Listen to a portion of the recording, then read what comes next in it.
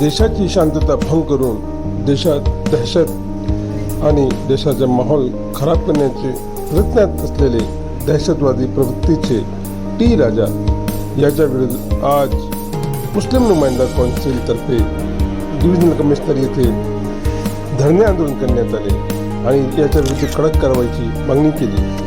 धन्यवाद। रहीम, आज का जो प्रोटेस्ट है वो आनत रसूल ब्लैमेफिसी के ख़िलाफ़ में जो टी राजा ने हैदराबाद में किया है और उससे पहले नूपुर शर्मा और नवीन जिंदल ने किया है, उसके ख़िलाफ़ में ये प्रोटेस्ट हो रहा है। ये इस्लामोफोबिया की वजह से है और इस्लामोफोबिया का सबसे बड़ा मटेरियल और मवाद या कंटेंट जो है हमारे देश से जाता है।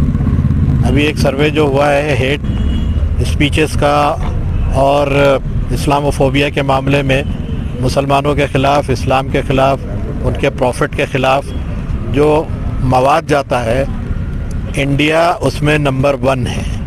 यहाँ से एक सर्वे के मुताबिक 50% से ज़्यादा मवाद इंडिया से जाता है। उसके बाद यूएसए है, उसके बाद यूनाइटेड किंगडम ऑफ इंग्लैंड है।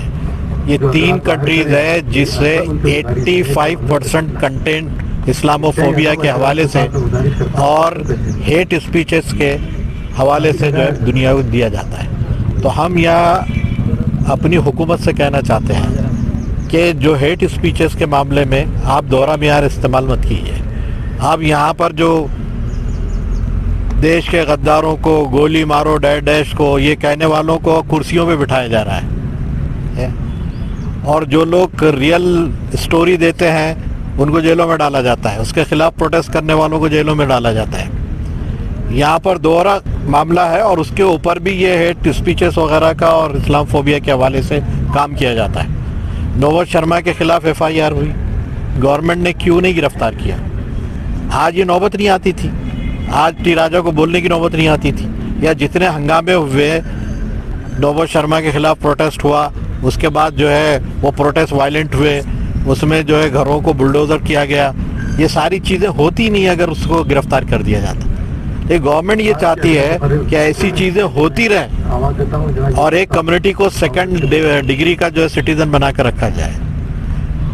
हुजूर सल्लल्लाहु अलैहि वसल्लम के मामले में मुसलमानों का ओपिनियन ये है कि जो मोहम्मद सल्लल्लाहु अलैहि वसल्लम का एहतराम नहीं करता, हम उसका एहतराम नहीं कर सकते। ये क्लियर कट, ये हमारे ईमान का हिस्सा है, हमारी आस्था का मसला है। इसमें दखल दोगे तो जो भी मसाइल पैदा होंगे उसके ज़िम्मेदार तुम लोग होंगे। ये बात बहुत क्लियर कट हमको समझाने की ज़रूरत है और हम यही मैसेज देना चाहते हैं कि सिर्फ ये प्रोटेस्ट नहीं है, ये हमारी फीलिंग है और नई नस्ल को एग्जॉस्ट होने का आप लोग मौका नहीं देंगे। आप प्रोटेस्ट करने नहीं देते, आप FIR काटते नहीं हैं और जो अब FIR कट भी गई तो गिरफ्तार नहीं करते हैं और अगर कर भी लिया तो एक ही दिन में छोड़ देते हैं। इसका मतलब क्या है? हम सेकंड डिग्री के सिटीजन हो गया, यानी हमारी बात कहना और हमारी तरफ से कोई तवज्जो देना किसी का ख्याल ही नहीं। तो हम ये चाहते हैं कि ये सब मामला दुरुस्त किए जाए।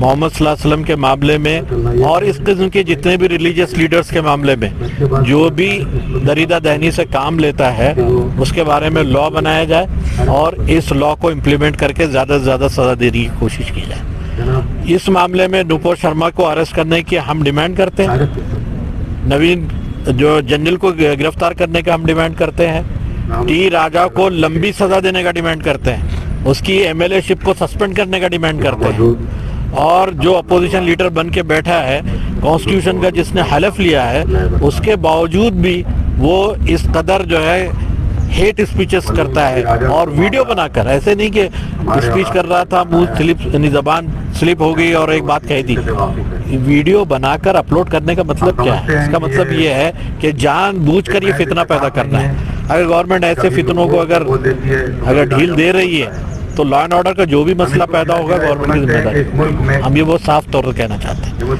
हम हमारी जनरेशन को बहुत दबा के रख नहीं सकते, नई नस्ल को समझा के नहीं रख सकते कि दबा दबा के वो एक जब फटेगा गुब्बारा तो उसकी पूरी जिम्मेदारी गवर्नमेंट की होगी। अब आप जो है देखिए, अब लोग बोलते हैं कि ऐसा क्यों कर रहे हैं, हम ये कहते हैं कि अगर ये नहीं होता तो ये नहीं होता।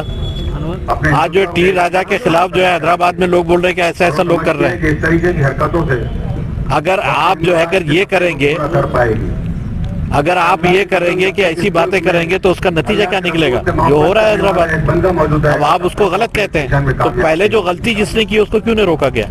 تو ہم یہ چاہتے ہیں گورنمنٹ سے کہ ایسی تمام چیزیں جو اسلام، مسلمانوں، ان کی بڑی شخصیتوں کے خلاف بات ہو رہی ہے اس کو روکا جائے۔ آپ ایک ایگزامپل بتائیے کہ مسلمانوں نے ہندو مذہب کے بارے میں کوئی بات کہی ہو، ان کے بڑے لوگوں کے بارے میں بات کہی ہو، غلط بات کوئی کہی ہو، ایک ایگزامپل کوئی بات کہی ہے، لیکن جب بات کہی نہیں ہے تو پھر یہ اس قسم کی حرکتیں کیوں کر رہے ہیں؟ اس سے ایسا لگتا ہے کہ 2024 کی تیاری ہے اور ایک کمیونٹی کو دبا کر دوسری کمیونٹی کو جو ہے ووٹ بینک کے طور پہ استعمال کرنے کا معاملہ ہے، اس کو بھی ہم سمجھ رہے ہیں۔ اسی اعتبار سے ہم کو معلوم ہونا چاہیے کہ گورنمنٹ اگر سیریس نوٹس نہیں لیتا ہے تو پھر بھارت کے فیوچر پہ سوال کھڑا ہوگا اور ایسے مسائل پیدا ہوں گے کہ لا اینڈ آرڈر کو سنبھالنے والے بھی سنبھال نہیں سکیں۔ اب آپ اس کو اس انداز سے دیکھیے کہ اب ہم نے یہاں پروٹیسٹ رکھا ہے، لیکن پروٹیسٹ میں جتنے لوگ ہمارے ہیں اس سے زیادہ پولیس یہاں پر ہے، یعنی یہ تاثر دینے کی کوشش ہے کہ کچھ بہت ڈینجر ہونے والا ہے اور کوئی بہت خطرناک قسم کا ایسا ہونے والا ہے۔ جب آپ یہ تاثر دیتے ہیں تو ہماری کمیونٹی کی کیا صورتحال بنتی ہے، اس کی چھبی کیسے بنتی ہے؟ اس اعتبار سے ہم ریکویسٹ کر رہے ہیں گورنمنٹ سے کہ جو ہوا ہے ان کو گرفتار کیا جائے اور لمبی سزا دی جائے، زیادہ سے زیادہ اس کو ایم ایل اے شپ اس کی سسپینڈ کی جائے، بلکہ اس کو ٹرمینیٹ کیا جائے اور ایسا قانون بنایا جائے مذہبی لیڈرز کے خلاف جو بھی بولے گا اس کو لمبی سے لمبی سزا جیل میں گزارے۔ یہ ہماری ریکویسٹ ہے، ورنہ جو حادثات ہو رہے ہیں اس کو کوئی دنیا کی طاقت روک نہیں سکتی، ہمارا ماننا ہے۔